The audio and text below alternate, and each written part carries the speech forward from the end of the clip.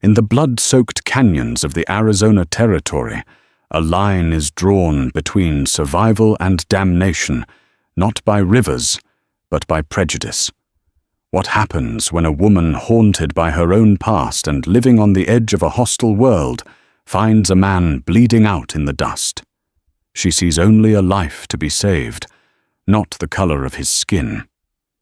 But she has no idea that the warrior she's dragging from the jaws of death is the son of the most feared Apache chief in the territory, and that her act of compassion is about to ignite a firestorm that could consume them both. The sky over Coconino Canyon was the color of a fresh bruise. Celine Monroe, her knuckles white on the reins of her stubborn mule. Clementine felt the coming storm in her bones.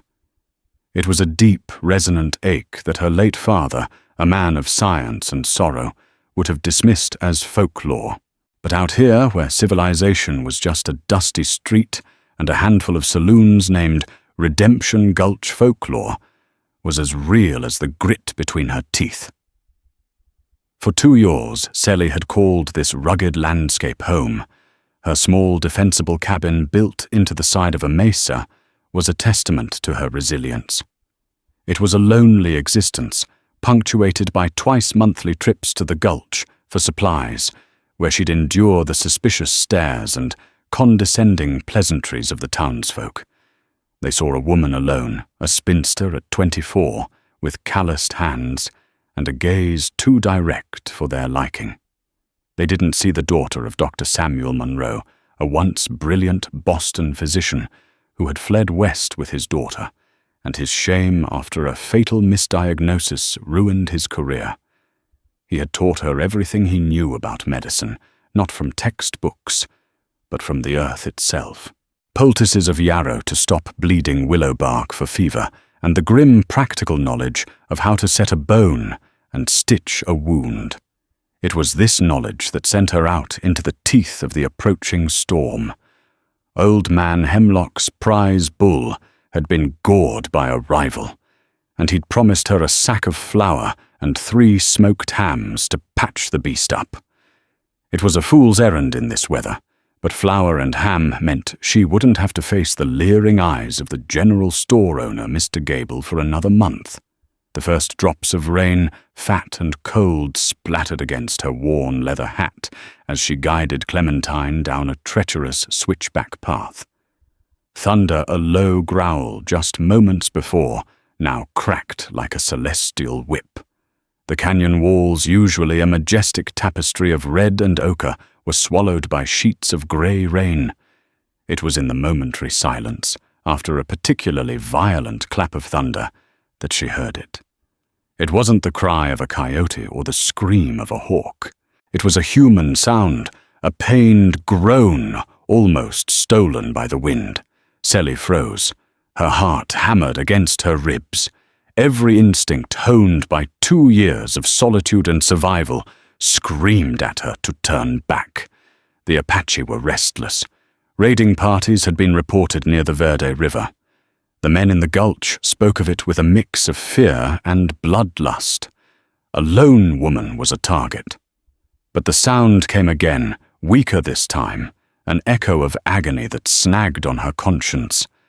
It was the doctor's daughter, in her the part that couldn't ignore suffering, that forced her feet to move.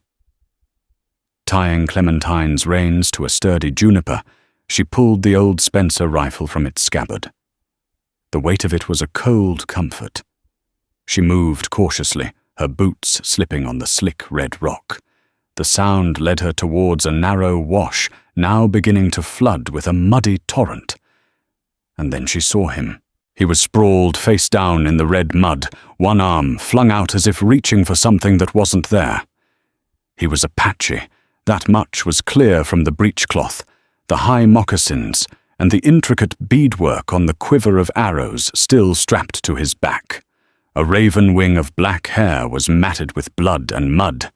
He lay in a pool of his own, making the rain doing little to wash away the crimson stain that spread from a gruesome wound in his side.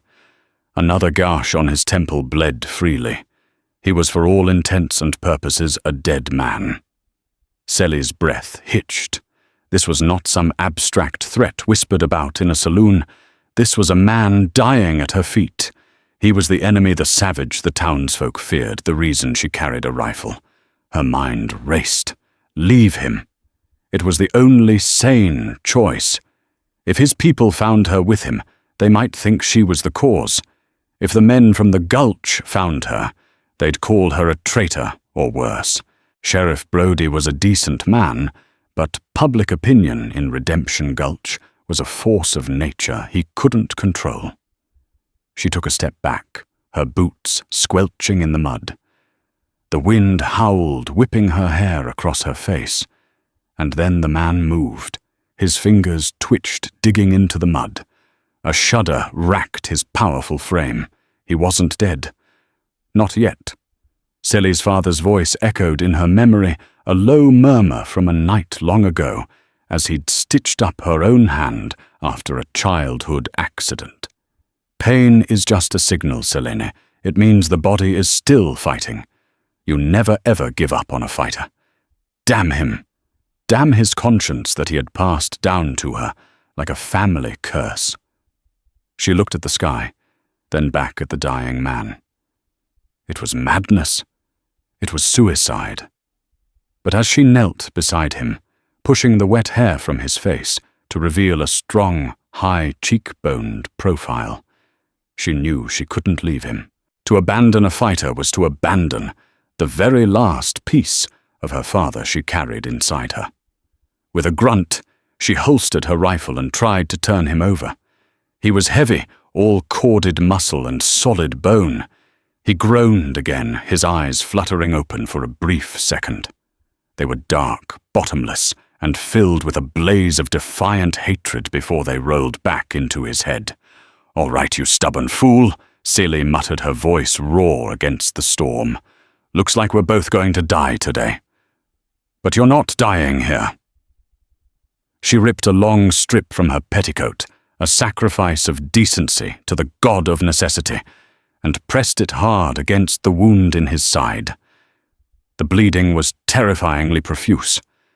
He needed shelter. He needed stitches. He needed a miracle. Getting him onto Clementine was a nightmare. He was a dead weight slipping in the mud, his unconsciousness a heavier burden than any struggle. Selly pushed, pulled, and cursed her muscles, screaming in protest. The rain plastered her clothes to her skin, and the world was a blur of red mud and grey sky. Finally, through sheer desperate will, she managed to haul him over the mule's back, his body draped unceremoniously like a sack of grain. As she took Clementine's reins and began the torturous climb back out of the wash, the full weight of her decision settled upon her. She was harboring the enemy. She was a lamb inviting a wolf into her den, a wolf that if he lived might just as soon turn and devour her. But as she trudged through the driving rain, the unconscious warrior, a heavy breathing burden behind her, she felt a flicker of something else, not fear, but a defiant purpose. She had made her choice. Now she would live or die with the consequences. The journey back to the cabin was a primal battle against the elements. The wind tore at them, and Clementine, bless her sturdy heart, stumbled and slid on the muddy trail. Selena's world shrank to the next step, the next breath, the next heave of the reins. The Apache warrior was a constant warm weight against her back, his ragged breaths a ghosting presence on her neck. With every labored step, she felt more like a grave robber than a savior, stealing a body from the clutches of the earth. By the time they reached the relative shelter of her mesa, night had fallen, a thick, starless black. Her cabin, a dark shape against the cliff face, was the most beautiful sight she had ever seen. Getting him inside was another grueling ordeal. She half-dragged, half-carried him from the mule, his body leaving a muddy crimson trail across her wooden floorboards. Inside, the silence was broken only by the drumming of rain on the roof and his shallow breathing. She lit a lantern, the golden light casting long dancing shadows. In the flickering glow he looked even worse. His skin, a warm, deep bronze, was now tinged with a deathly pallor. She stripped away his soaked breechcloth and leggings with a clinical detachment that would have made her father proud her hands, noting the lean, powerful musculature beneath crisscrossed with old white scars that told a story of a life of conflict. Her small table became an operating theatre. She boiled water, laid out her sharpest needles, and tore strips from her cleanest linen sheets. The wound in his side was a deep, ragged tear, likely from a bowie knife. It was dirty and already showing the first signs of inflammation. "This is going to hurt," she whispered more to herself than to him. She cleaned the wound with whiskey, a precious commodity she rarely touched. He arched off the table with a guttural roar, his eyes flying open, wild and unfocused. He thrashed his hands, clamping onto her wrists with surprising strength. "Easy," she commanded, pushing against him. "I'm trying to help you. Stay still, damn you." He stared at her. His dark eyes narrowed in a haze of pain and suspicion. He didn't understand her words, but he seemed to understand the urgency in her tone. The fight slowly drained out of him, replaced by a shuddering weakness. His grip loosened, and he collapsed back onto the table, his chest heaving. For the next hour, Celie worked with a concentration that blocked out everything else. Her fingers, usually clumsy with a sewing needle, were deft and sure as she stitched the torn flesh together. She packed the wound with a poultice of yarrow and comfrey, her mind a silent recitation of her father's lessons. The head wound was less severe, a glancing blow that had bled spectacularly, but hadn't fractured the skull. She cleaned and bandaged it as well. When she was finished, her back ached, and her hands were stained with his blood. She had done all she could. The rest was up to fever and fate. She dragged him off the table and onto her own narrow bed, covering him with a heavy wool blanket. He was burning with fever, his skin radiating a dry, intense heat. Through the night and into the next day, Celie sat by his side, forcing sips of willow bark tea between his cracked lips, bathing his forehead with cool cloths, and listening to the fevered, guttural whispers he spoke in a language she didn't understand. He was a ghost in her house, an unknown entity occupying her most private space. She watched him sleep, studying the harsh lines of his face, softened now by unconsciousness. He was younger than she had first thought, perhaps her own age. There was a nobility to his features, a strong jaw, a straight nose, a mouth that even in delirium was set in a firm, proud line. Faint dark blue lines were tattooed on his chin, and cheekbones intricate patterns that spoke of a life and culture entirely alien to her. On the third day, the fever broke. Celie was dozing in her rocking chair, exhausted, when a sound startled her awake. He was sitting up his back, ramrod straight, the blanket pooled at his waist. He was watching her, his eyes clear and lucid for the first time. The raw hatred was gone, replaced by a wary, piercing intelligence. It was like watching a hawk in a cage, aware of every movement, every breath she took. The silence stretched thick and heavy. Celie's heart thumped a nervous rhythm. The man she had saved was now awake, a warrior in her home. She was unarmed, vulnerable. She rose slowly, keeping her movements deliberate and non-threatening. She ladled some broth from the pot simmering over the hearth into a bowl. She approached the bed and held it out to him. He stared at the bowl, then at her, his gaze unwavering.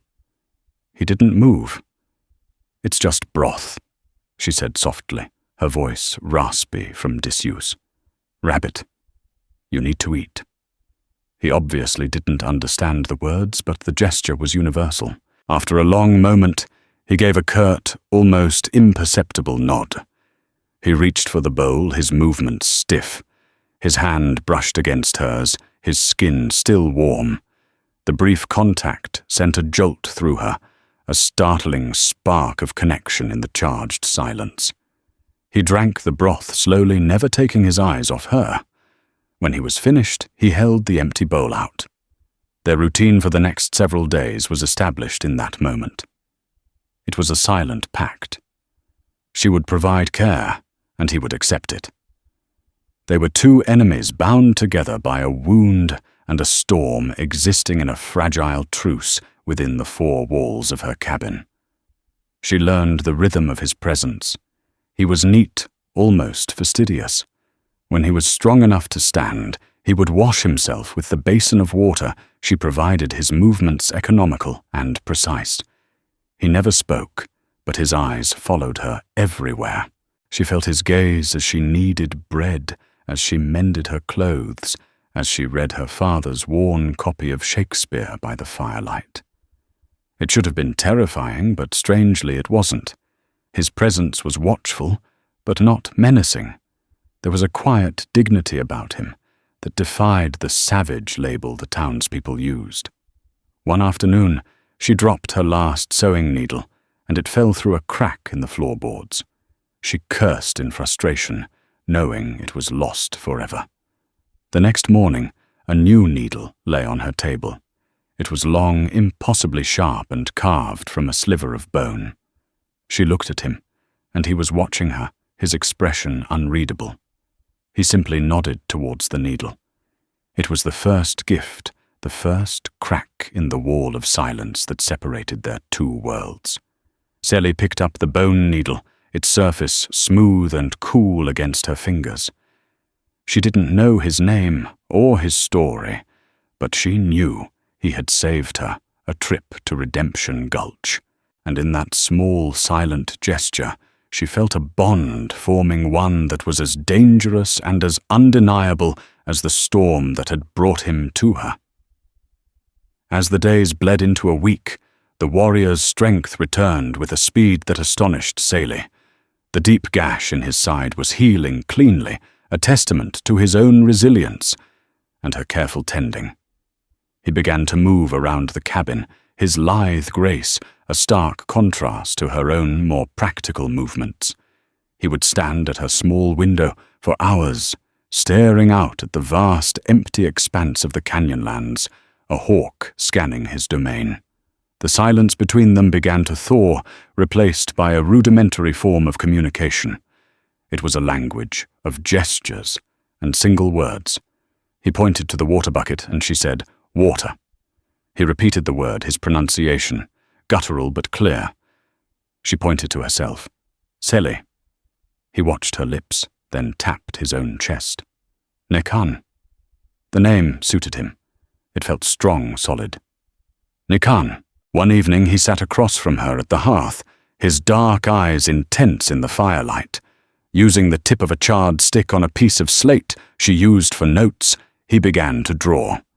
He drew 4 figures armed with bows. Then he drew a larger group, maybe 6 or 7, armed with rifles. He drew the sun, the canyon, and then a violent scrawl of lines between the two groups. He stabbed the stick at the rifleman, his expression hardening into a mask of cold fury. Then he crossed out 3 of his own men, leaving only 1. He tapped the lone figure, then tapped his own chest again. An ambush. Prospectors, most likely. Sally's stomach twisted. Men like that were common enough. They were greedy, lawless, and saw the Apache as little more than obstacles in their hunt for gold. She pointed to the drawing of the rifleman. "Redemption Gulch?" she asked. Nikan watched her, his head tilted. He didn't know the name, but he understood the question. He gave a slow, deliberate shake of his head. Then he drew a crude symbol next to the rifleman, a circle with a jagged line through it. It meant nothing to her, but it was clearly a brand or a mark he recognized. The fragile piece of their sanctuary was shattered a few days later. Sally was outside chopping wood when she heard the unmistakable sound of shod horses approaching. Her blood ran cold. It wasn't Nikan's people. The Apache moved like ghosts. This was white men. "Inside!" she hissed, grabbing Nikan's arm. He needed no encouragement. He melted back into the shadows of the cabin, seizing the heavy iron poker from the hearth. It was a poor substitute for a weapon, but in his hands it looked deadly. Sally smoothed her apron, took a deep breath, and stepped onto her porch as 3 riders came into view. The man in the lead was tall and broad-shouldered, with a weathered face and pale, cold eyes that missed nothing. He wore a dusty black coat and a confidence that bordered on arrogance. She recognized him instantly. Silas Kane. He owned a small mining claim north of the gulch, but rumor was his real business was less savory. He was a man who took what he wanted. "Afternoon, Miss Monroe." Kane said, his voice a gravelly drawl. He swept his hat off in a gesture of mock politeness. His 2 companions, rough-looking men with shifty eyes, remained in their saddles, their hands resting near their pistols. "Mr. Kane," Sally replied, her voice steady, despite the frantic beating of her heart. "What brings you so far out? Just checking on my neighbors?" He smiled, but it didn't reach his eyes. "Heard the storm last week was a bad one. Wanted to make sure a lady on her own was all right." "I managed just fine, as I always do." Kane's gaze roamed over her cabin, lingering on the woodpile, the water barrel, the closed door. "Things are tense," he continued, ignoring her curt reply. "The Apache are on the warpath. A scouting party from Mangus's tribe jumped a few of my prospectors down in the basin a week or so ago. Had to teach them a lesson." Sally's hands clenched into fists at her sides. Mangas. The name was spoken in hushed, fearful tones throughout the territory. He was the chief of the most powerful Chiricahua Apache band, a brilliant and ruthless leader who had resisted the encroachment of settlers for years, and Nikan was one of his warriors. "My men took care of them," Kane said, his eyes locking onto hers. "But we think one of them might have gotten away. Badly wounded. A man like that, he'd be desperate. Might look for shelter." The unspoken accusation hung in the air between them, thick and suffocating. He knew. Or he suspected. He was fishing, and she was the bait. "I haven't seen anyone, Mr. Kane," Sally said, forcing a calm she didn't feel. "I keep to myself. It's safer that way." "Is it?" Kane leaned forward on his saddle horn. "Some might say harboring a savage is the most dangerous thing a person could do. Sheriff Brody might call it treason." He paused, letting the threat sink in. "If you were to see anything, or anyone, you let me know. There's a bounty on any of Mangus's warriors. A handsome one." He straightened up, settling his hat back on his head. "You take care now, Miss Monroe." He turned his horse and rode away, his men following close behind. Sally stood frozen on the porch until they were nothing but small specks in the distance.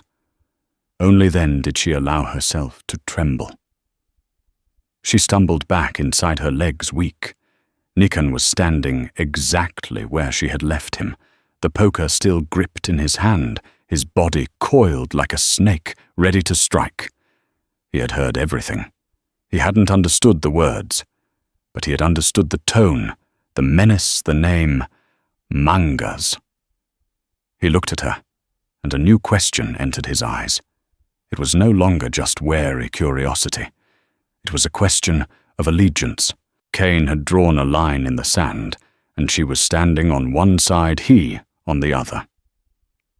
"They will come back," she said, her voice barely a whisper. Nikan nodded slowly. He walked to the window and looked out in the direction Kane had gone. He then drew his finger across his throat in a universal gesture of deadly intent. He looked back at her, and for the first time, she saw something beyond the warrior. She saw a fierce, protective fire in his eyes, and it was aimed not just at Silas Kane, but at the threat Kane posed to her. He was no longer just a patient, and she no longer just a healer. They were allies trapped in the same snare. The shadow of Silas Kane was long, and it was falling directly over her home. In the wake of Silas Kane's visit, the cabin, once a sanctuary, became a fortress. The fragile peace was replaced by a taut, shared vigilance. They spoke little, but a new, deeper understanding flowed between them. Sally found herself watching Nikan, not as a patient or a threat, but as a man. She noticed the way the muscles in his back shifted as he carved a new handle for her axe, the intense focus in his eyes as he taught her how to fletch an arrow with hawk feathers he'd found. He in turn observed her with a quiet intensity. One evening, as she was grinding corn, he came and stood beside her. He gently took her hand and turned it over his thumb, tracing the faint, silvery scar on her palm from her childhood accident. It was the scar her father had stitched so long ago.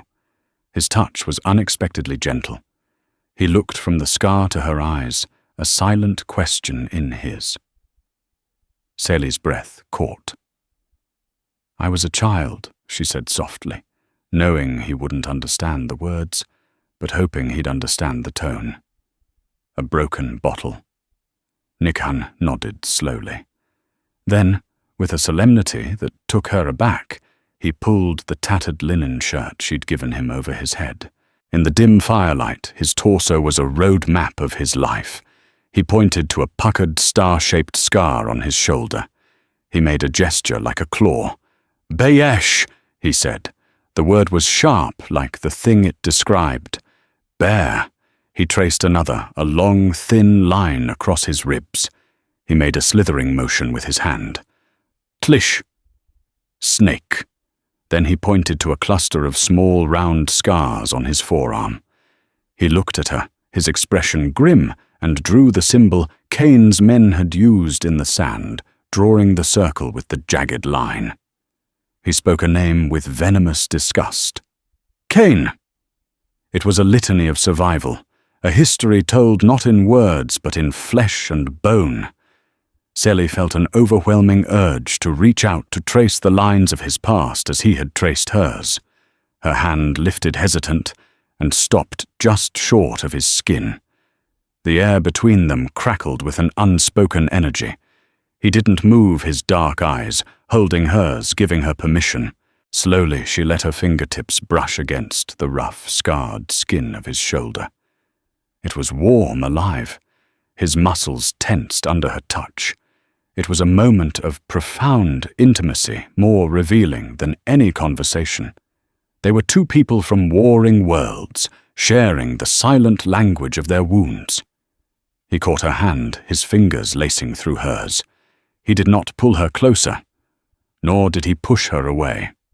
He simply held her hand against his chest, right over his heart. She could feel its steady, powerful beat beneath her palm. In that moment, the label's settler, savage man-woman, dissolved into nothing. There was only Sally and Nikan, two souls scarred by the world, finding a fleeting moment of solace in a lonely cabin. The days that followed were filled with this strange, beautiful tension. They taught each other more words. He learned bread, fire, moon. She learned Yutse, be careful, and a he, thank you. He showed her how to read the signs of the land, how a broken twig could tell of a passing deer, how the flight of a bird could signal a coming change in weather. She in turn read to him at night from her father's Shakespeare, not because he could understand the verse, but because he said the rhythm of her voice was like new-sung rain on a dry riverbed. One afternoon, while she was tending her small garden, he came to her with a gift. It was a small, intricately carved wooden bird, a tiny, perfect replica of the canyon wrens that nested in the cliffs. She took it, her fingers brushing his, and the casual touch lingered, sending a warmth spreading through her chest. "It's beautiful," she breathed. Ahehe, Nikan. He gave her a rare, small smile. It transformed his face, chasing away the warrior's severity and revealing a glimpse of the man beneath. And in that moment, Sally knew she was in terrible, irreversible trouble. Her compassion had blossomed into something far more dangerous affection. Love. She knew the impossibility of it. He was Apache, a warrior from a world that wanted to eradicate hers. She was a white woman, an outcast who would be destroyed for associating with him. Their two lives, like two powerful rivers, could run alongside each other for a time, but they could never truly merge. Sooner or later they would be forced apart, or they would crash together in a destructive flood. That night she couldn't sleep. She stepped outside into the cool, crisp air. The moon was a silver sickle in a sea of stars, bathing the canyon in a ghostly light. A moment later, Nikan joined her, standing not too close, but near enough that she could feel his presence as a steady warmth in the darkness. They stood in silence for a long time, watching the moon. My people say the moon is a woman watching over her children in the night, he said, his English slow and careful. We say it's made of cheese. Sally replied with a soft, sad smile. He looked at her confused, and she laughed. The sound was strange and wonderful in the quiet night. His expression softened, and he reached out his fingers, gently tucking a stray strand of hair behind her ear. His touch was electric. The world seemed to stop, the vast canyon holding its breath. He leaned in, his gaze searching hers, and Sally knew this was it. This was the precipice. She could step back into the safety of her lonely world, or she could fall. She didn't step back. His lips met hers, tentative at first, then with a deep, consuming passion that spoke of weeks of unspoken longing, of shared danger, and of a connection that defied all logic. It was a kiss that tasted of wood smoke and wildness, of desperation and hope.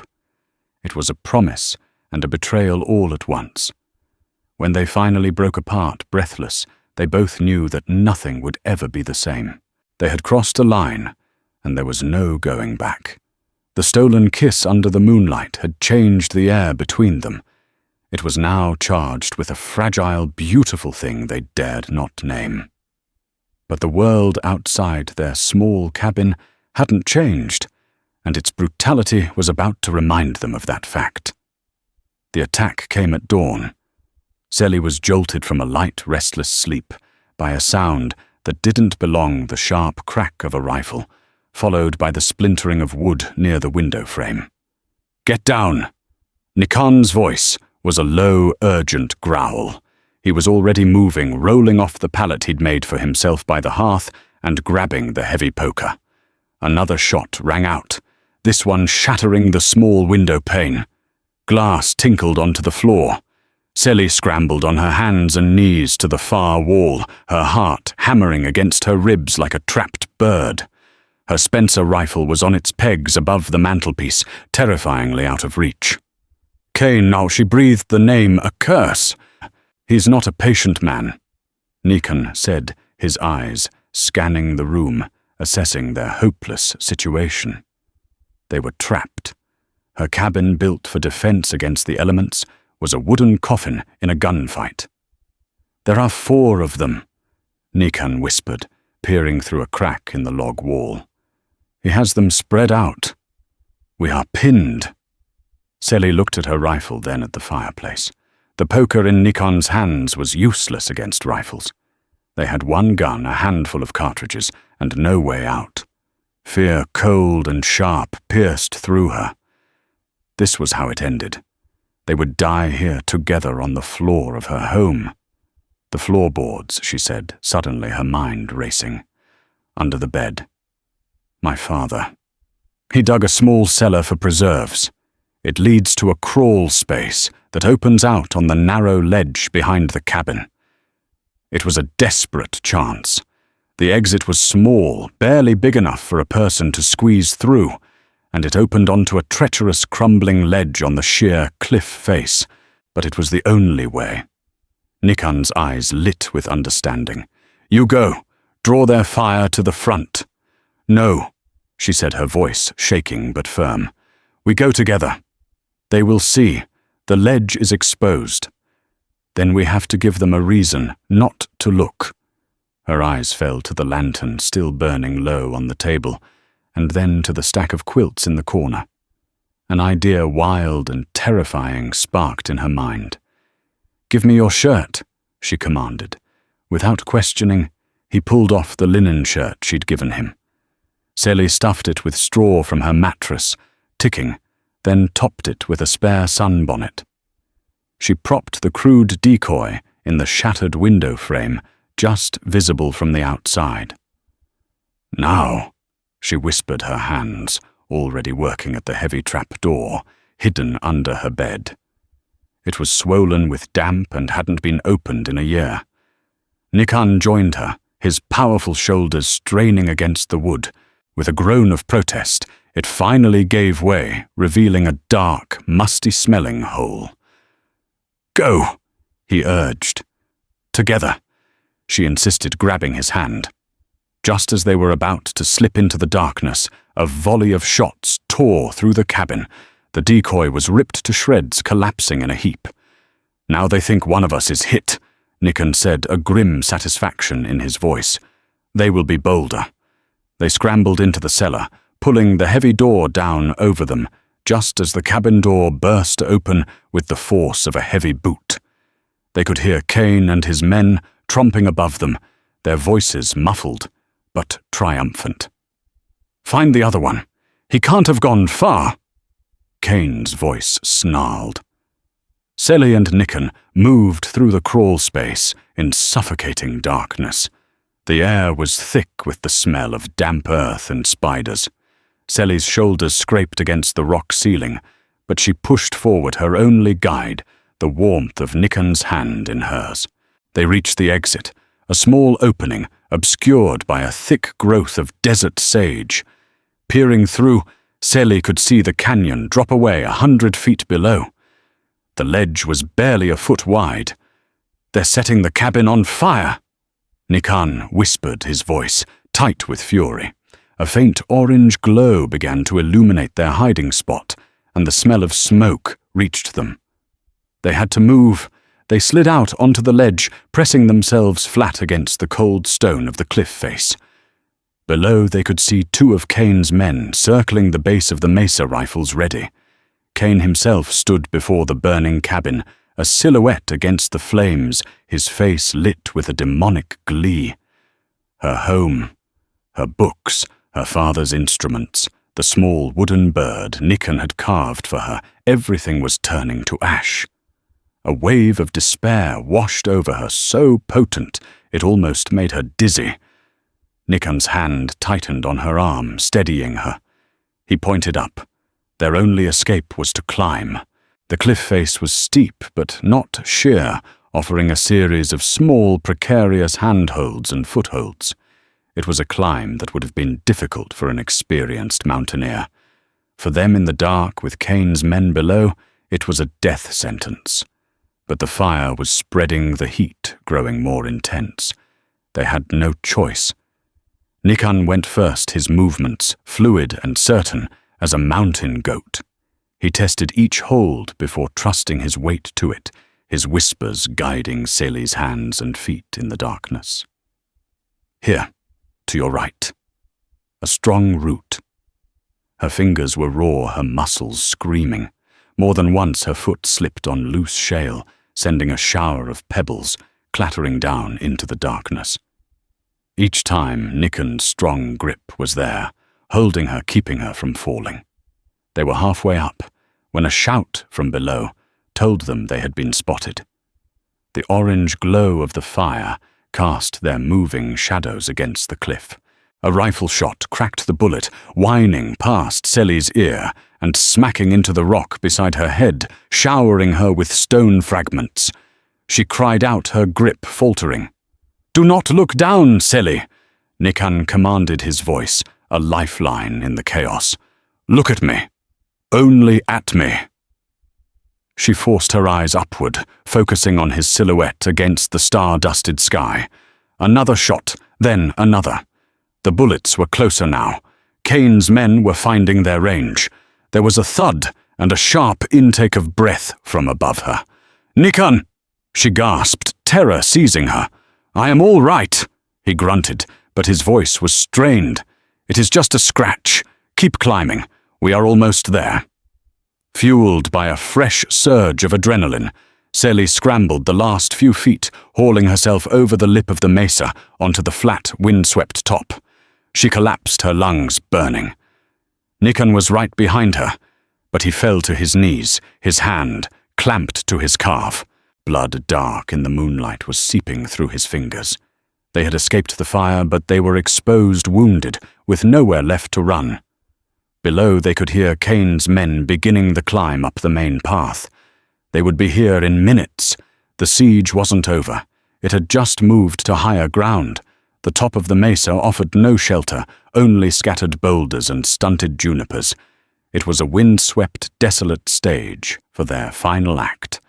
Nikan tore a strip from his leggings and quickly bound his bleeding calf. His movements practiced and efficient, despite the pain. "They will be here before the sun," he said, his voice grim as he scanned the darkness. "We cannot outrun them." "Then we don't run," Sally said, her own voice surprising her with its steadiness. The sight of her home burning below had incinerated her fear, leaving behind a cold, hard resolve. She picked up a heavy, fist-sized rock. "This is my land, too." Nikan looked at her, and a flicker of deep admiration crossed his face.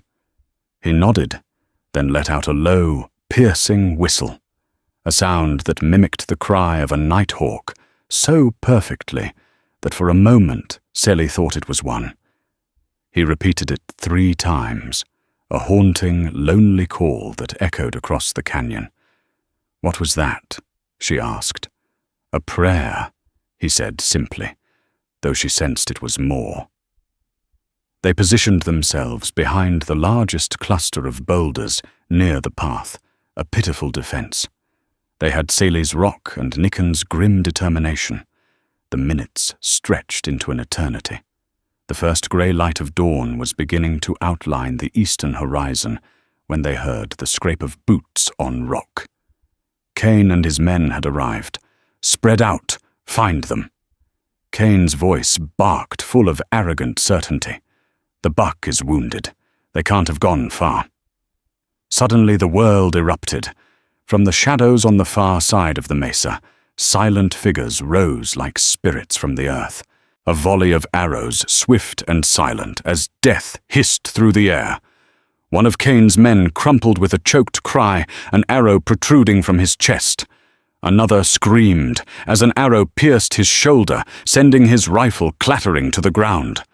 Apache warriors. At least a dozen of them, materializing from the darkness, their faces grim masks of war paint. They moved with a terrifying, coordinated grace, surrounding Kane and his remaining man, before they could even react.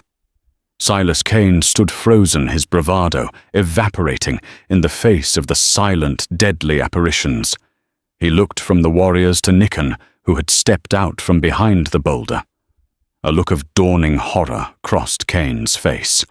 The warriors parted, and a man stepped through their ranks. He was older, his face a stunning testament to a life of hardship and command. His long hair was streaked with grey, and his eyes, as dark and piercing as Nikan's, held an authority that was absolute. He carried himself with the unshakable gravity of a mountain. He looked at Nikan, his gaze taking in the bound leg. Then his eyes settled on Sally, and they were as hard and unforgiving as stone. "My son," the man said, his voice a low rumble. Sally's world tilted on its axis. "Son." This was not just a war party. This was the chief. This was Mangus, and the man she had saved, the man she had come to love, was his heir. Nikan inclined his head respectfully. My father. Mangus's gaze swept over the scene, the burning cabin below the dead prospector, the terrified Silas Kane, and finally Sally the white woman standing beside his son. His expression was impossible to read. Two warriors seized Kane, binding his hands with brutal efficiency. Kane, for his part, found his voice a sneer, twisting his lips. So this is your whelp, Mangus, hiding behind a white woman's skirts. Nikan took a threatening step forward, but Mangus held up a hand, stopping him. The chief walked until he stood directly in front of Kane, his presence so immense that even the arrogant prospector seemed to shrink. You burn the homes of women, Mangus, said his voice, dangerously soft. You hunt wounded men. You carry the mark of a coward. He gestured to the brand on Kane's saddle, the circle with the jagged line. It was the mark of a group of ex-cavalry soldiers, turned bounty hunters, infamous for their brutality. Mangus turned to his warriors. He spoke in his own tongue, his words sharp and decisive. They dragged Kane and his remaining man away. Their fate was sealed. Then Mangus turned his full, undivided attention to Sally. The silence was heavy, absolute. The other warriors watched, their faces impassive, but their eyes filled with a deep-seated suspicion. She was the enemy, one of the people who had taken their land, broken their treaties, and hunted their families. You, Mangus said, switching back to heavily accented English. You are with him. It was not a question. I found him, Sally said, her voice clear and strong despite the tremor in her hands. He was dying. I did what my father taught me to do. I saved his life. You saved an Apache warrior. Mangus stated, his eyes narrowing. Why? Because he was a man hurt and alone. That was all I saw. Nikan stepped forward, placing himself slightly in front of Sally, a protective gesture that did not go unnoticed by his father. She speaks the truth. She fought Kane's men beside me. Her home was burned because of me. She is brave. She has honor. Mangus looked from his son's defiant face to Sally's. He saw the way they stood together, the unspoken bond that was as clear as a brand. His gaze was searching, judging. He was a chief responsible for the survival of his people. A connection between his son and a white woman was a complication he could not afford, a weakness an enemy could exploit. The world of the White Eyes is a world of lies and greed. Mangus said, his voice resonating with the bitterness of 100 betrayals. They speak of peace with forked tongues. They offer friendship with one hand and hold a knife in the other. How can one of them have honor? It was a test, a challenge to everything she was. Sally lifted her chin. My world is not just Silas Kane and his kind. My world was a father who taught me to heal, not to harm. My world is a piece of land that I worked with my own hands. Your son showed me the language of your world in his scars. Perhaps you can see the language of mine in my actions. She held out her hands, palms up. They were calloused from work, stained with dirt, and Nikan's blood. They were not the hands of a killer. Mangus was silent for a long time, his gaze fixed on her hands. The sun was now fully risen, casting a golden light over the mesa. He was a man caught between the ancient laws of his people and the undeniable evidence before him. His son, his only heir, was alive because of this woman. But she was a symbol of everything that was destroying their way of life. Finally he spoke. You have saved the son of Mangus. For this the Chiricahua people owe you a debt. Your life is safe in my presence. He paused, and his next words were heavy with meaning. But a debt is not a bond. A hawk does not mate with a dove.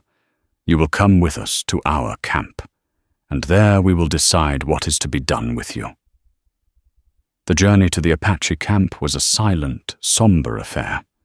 Sally rode a spare pony, a lone white face in a sea of bronze warriors. She was not a captive, but she was an anomaly, an object of intense and guarded curiosity. Nikan rode beside his father, and though he cast reassuring glances her way, the chasm between their worlds had never felt wider. Here he was, not just Nikan. He was the son of the chief, a prince among his people, and she was the outsider. The camp, or rancheria, was tucked deep into a protected valley, a bustling community of hide wickiups and grazing horses. As she was led to a small, isolated dwelling, she felt the weight of 100 pairs of eyes. Children stopped their games to stare, and women paused their work, their faces impassive masks of suspicion. She was a ghost in their midst, a living symbol of the enemy. Her isolation was broken, not by a greeting, but by a sound of distress. A sickness had taken hold in the camp, a harsh lung fever that stole the breath from the very young and the very old. From a nearby wickiup, Seli heard the pained cries of a mother, Chilali, weeping over her small son, whose breathing was a shallow, rattling gasp. In that moment, Seli was no longer a white woman or an outsider. She was a healer. Pushing aside her fear, she entered the dwelling and knelt by the sick child. She recognized the signs, the dry heat of the fever, the struggle for air. It was a fever her father had taught her how to fight. Ignoring Chilali's fearful gasp, Seli went to work. With a confidence that transcended language, she described a specific type of desert sage whose steam could open the airways. Hope overriding their prejudice, the women quickly brought her bundles of the herb. She turned the wickiup into an infirmary, boiling the sage and making the sick child inhale the steam under a blanket. She brewed a weak tea from willow bark to fight the fever, patiently coaxing it into the children who were brought to her one by one. She worked without sleep, a focused whirlwind of quiet competence. Nikan stood guard outside her wickiup, his presence a silent, unwavering wall of support. From a distance, his father Mangas watched. He saw his people who had shunned this woman now bringing their children to her with desperate trust. He saw her tenderness, her skill, and her utter exhaustion as she fought for lives his own medicine man had been unable to save. After 2 relentless days, the fevers began to break. The rattling gasps subsided into peaceful sleep. Seli had pulled nearly a dozen children back from the brink of death. As she finally dozed, utterly spent, Mangas entered the wickiup. He stood over the sleeping form of Chilali's son, now breathing easily, and looked at Seli, her face smudged with soot and fatigue. When she woke, he was still there, waiting. "You have a strong spirit," the chief said, his voice a low rumble. It was the highest compliment an Apache could give. "I have my father's knowledge," she replied softly. "Knowledge is a tool. The spirit is the hand that wields it," Mangas countered. "You have shown my people that not all white hands hold a weapon. You used yours to give back life." He paused, the proud chief, wrestling with the grateful grandfather. "My son's heart is true. I see now he did not choose a weak woman, but a warrior, one who fights with a compassionate heart." He looked directly into her soul. "The world is changing.